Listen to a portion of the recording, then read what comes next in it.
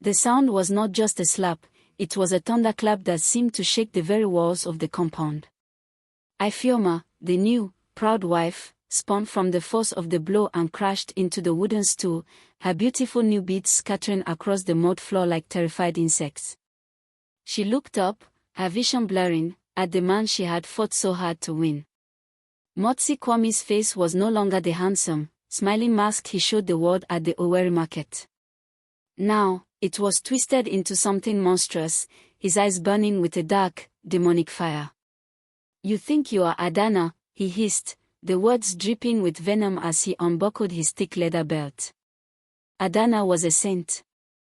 You are just a common, greedy thief.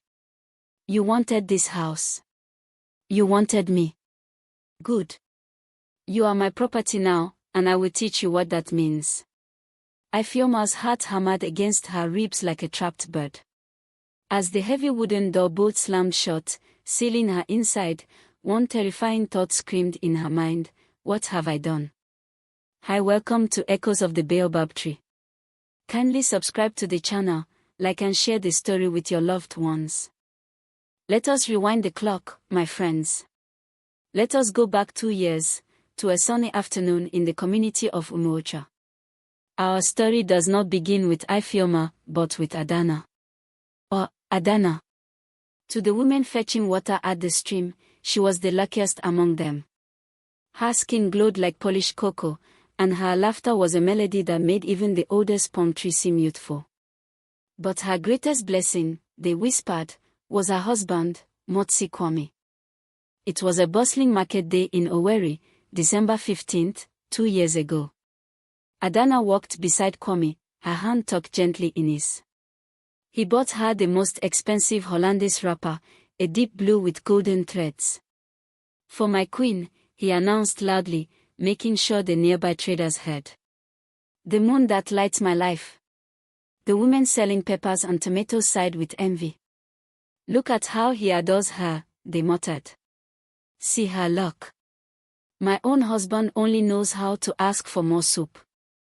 But, my people, if only they could have seen what happened when the heavy iron gate of their compound in Umuocha closed that evening. The loving moon vanished. Adanna hurried to bring Kwame his cooling bath water. He dipped a finger in and his face darkened.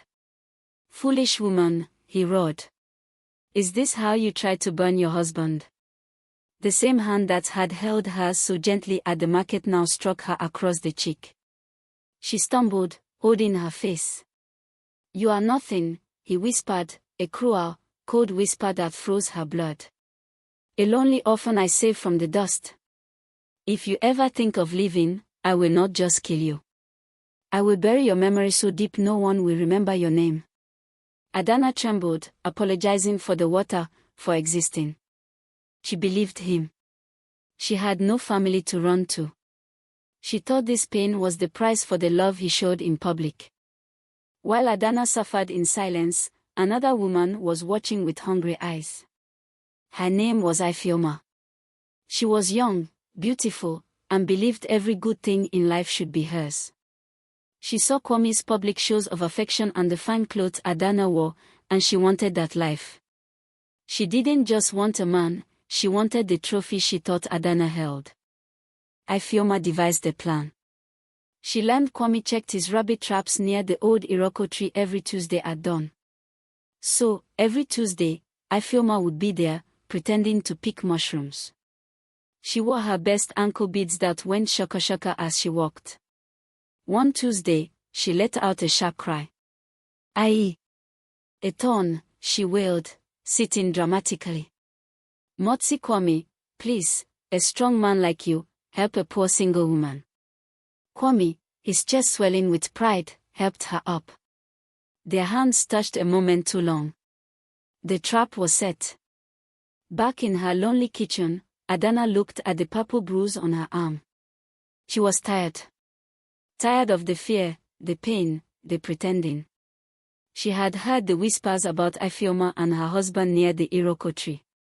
One day, while collecting firewood, she saw them herself, hidden by thick leaves. She heard Ifeoma's sugary voice. "Adanna is so dull, Mazi. A powerful lion like you needs a fiery partner, not a scared mouse. Kwame laughed. She is a burden. I only keep her for show. In that moment, Adanna's fear didn't turn to anger. It turned to ice-clear cunning. She looked at Ifeoma, so eager to dive into a boiling pot. A strange calm settled over her. If you want the demon, she whispered to the wind, I will gladly give him to you. Adanna began her great performance. At home, she became the world's worst wife. Kwame's favorite ofensole soup. She would forget and let it burn, filling the house with bitter smoke. When he raised his voice, instead of cowering, she would let out such an ear-splitting wail that neighbors would peer over the fence. Kwame, afraid of his perfect image cracking, would be forced to stop. He was boiling with frustration inside. Meanwhile, Adanna started weaving her web around Ifeoma. At the community stream, she sat next to her, sighing deeply. Ifeoma, my sister, she said, her voice sounding weak and sad. My heart is heavy. My husband, he is such a great man, a giant. But me, I am just a simple woman. I think I am too small for him. He needs a true lioness by his side. Ifeoma's eyes glittered with greed. She patted Adanna's hand, pretending to comfort her, while her mind raced. She is admitting defeat. The space is opening. The final act came on a hot, sticky evening in March. Kwame returned home, his head fuzzy from palm wine Ifeoma had secretly given him. He saw the cold, empty fireplace.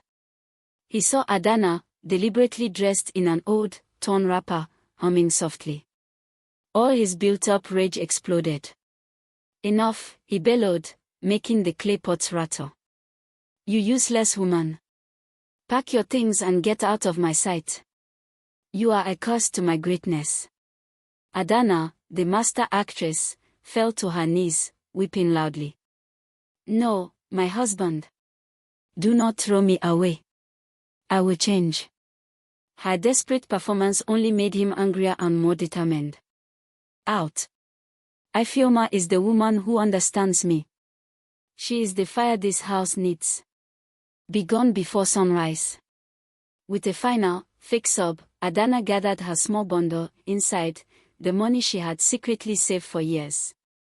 As she walked out the gate, she saw Ifeoma waiting, dressed in shining lace, a victorious smile on her face.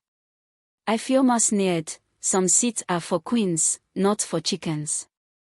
Adanna looked her straight in the eye, her own tears gone. She leaned close and whispered the truth that sounded like a blessing, you wanted him, sister. You wanted this life. Now, it is all yours. Every single part of it. She turned and walked away, leaving Umuocha behind forever. And inside the compound, Ifeoma smiled, believing she had won her prize. She had no idea she had just walked into a cage and locked the door herself. The stage was set for a terrible new beginning. The leather belt cut through the air again, landing on Ifeoma's back with a crack that stole her breath.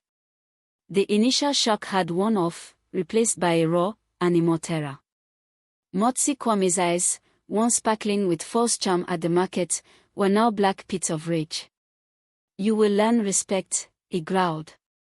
This is my house. You are my wife. Your only job is to obey. Ifeoma scrambled backwards on the mud floor, her beautiful lace wrapper tearing, her mind screaming one question: how could the dream have turned into this nightmare so quickly? The first week was a blur of pain and confusion. Kwame's routine became her prison schedule. In the mornings, he was the perfect man, leaving for his farm with a smile, waving at neighbors. But the moment he returned at sunset, the mask dropped. Ifeoma learned that a slightly salty soup or a floor not shining like a mirror was enough to ignite his fury. The walls of the compound, which she had seen as a palace, now felt like they were closing in on her. She thought of Adanna's whispered words, every single part of him. Now, she understood. A low point came on a rainy Tuesday, 2 weeks later. Ifeoma, her body aching, tried to sneak out to the healing woman in the next village.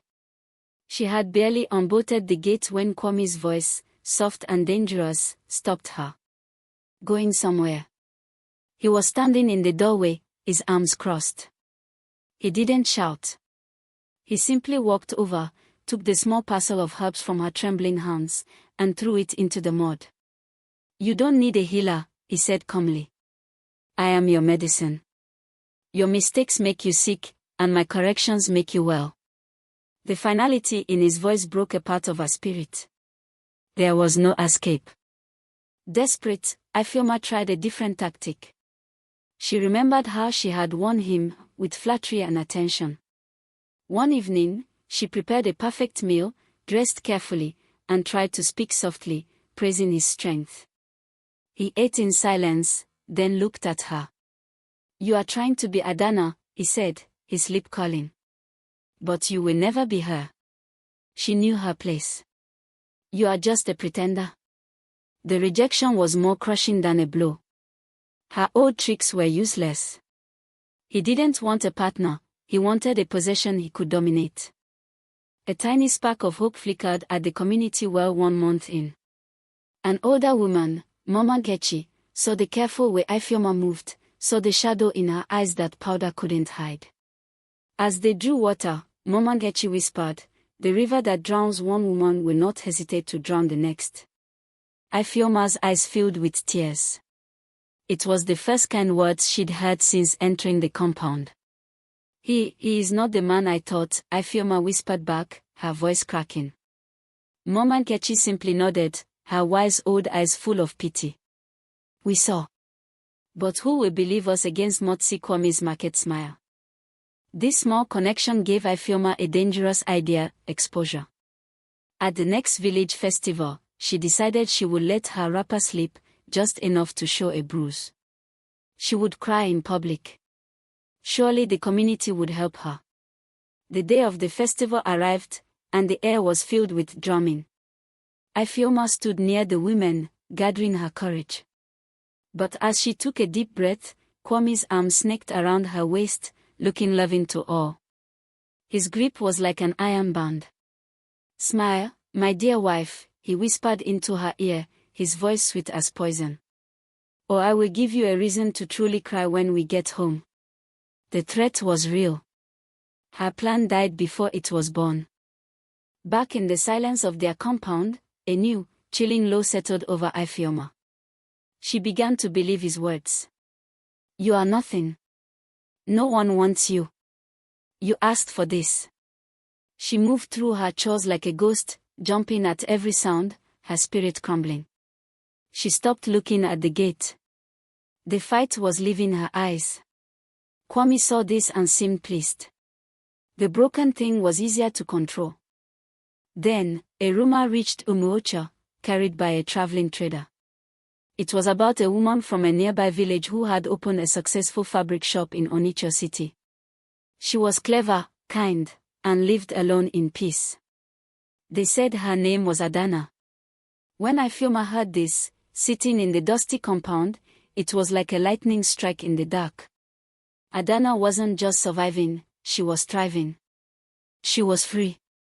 A fierce, burning anger ignited in Ifeoma's chest, not at Adanna anymore, but at herself, and at the monster she had married. Adanna hadn't been defeated, she had been smart. And Ifeoma had been a fool. This anger became a secret fuel. Ifeoma stopped cowering. She began to watch Kwame closely, not with fear, but with the cold focus of a hunter. She noticed he stored his important papers and the community money he collected in a carved wooden box under their bed. She noticed he drank heavily every Friday after meeting with the village council. She started to listen, really listen, to the conversations he had with other men in the compound, storing away bits of information. She was no longer a victim waiting for rescue. She was planning. The extreme event that ended Ifeoma's captivity began on a stormy August night. Thunder roared like a beast, and rain battered the roof. Kwame returned home later than usual, drenched and in a foul mood from a lost business deal. He demanded his food, which Ifeoma served silently. He took one bite and flung the bowl against the wall. Cold and tasteless.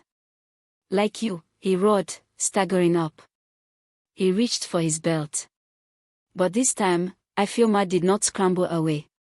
She stood perfectly still, her eyes locked on his. "Hit me," she said, her voice clear and steady over the sound of the rain. "Go ahead. But know this, Mazi Kwame. The whole village will hear about the money you stole from the Community Development Fund. They will hear how you lied about the price of the new school roof." Kwame froze, his belt in midair, his drunken rage replaced by stunned confusion. "What foolishness are you saying?" he slurred. Ifeoma took a step forward, her heart pounding, but her face a mask of calm. "The papers are not safe in your box anymore," she lied boldly. "A friend has them. If I am hurt, if I disappear, those papers go to the village elders. Your market smile will be gone forever." For the first time, Ifeoma saw a new emotion in Kwame's eyes, fear.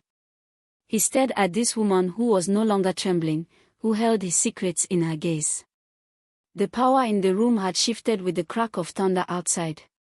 The hunter had suddenly become the hunted. And in that charged silence, as the storm raged, Ifeoma knew the real battle for her freedom had just begun. Thanks for watching. Follow our channel by subscribing to the channel, like and share with your loved ones.